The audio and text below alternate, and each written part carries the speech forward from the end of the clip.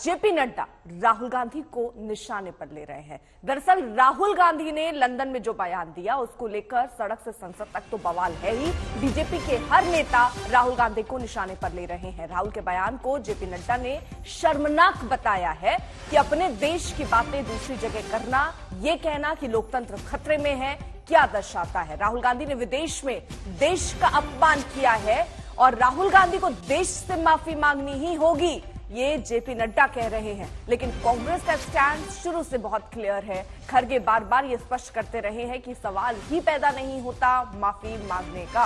राहुल गांधी आपातकाल का इतिहास पढ़े, जेपी नड्डा कह रहे हैं। उनके बयान से पूरा देश आक्रोश में है।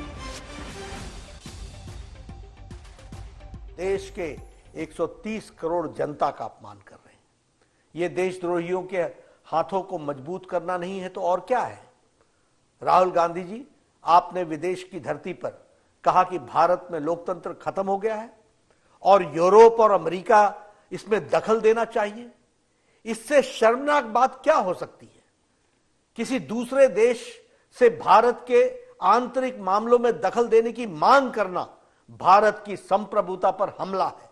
मैं राहुल गांधी से जानना चाहता हूं कि यूरोप और अमेरिका को भारत के आंतरिक मामलों में दखल देने के लिए उकसाने के पीछे उनकी मंशा क्या है।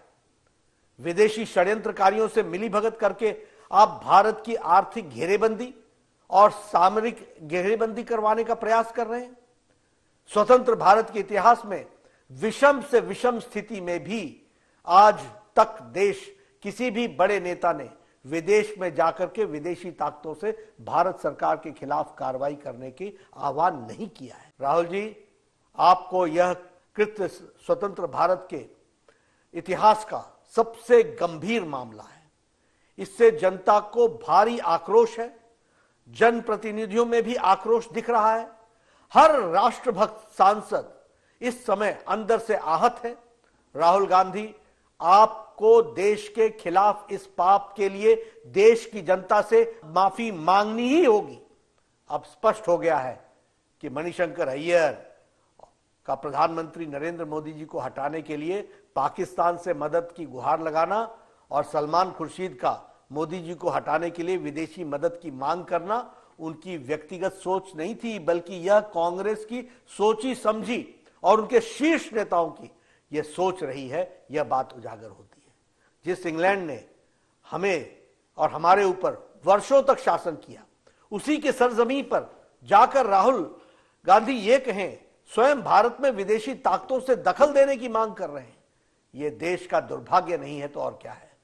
मुझे संदेह है कि राहुल गांधी भारत के लोकतंत्र की कितनी जानकारी रखते हैं, कितना समझते हैं। अच्छा होता स्वतंत्र भारत के लोकतांत्रिक इतिहास को यदि राहुल गांधी सही तरीके से पढ़ते और उन्हें पता चलता कि लोकतंत्र की हत्या किसने की है और लोकतंत्र की रक्षा किसने की है।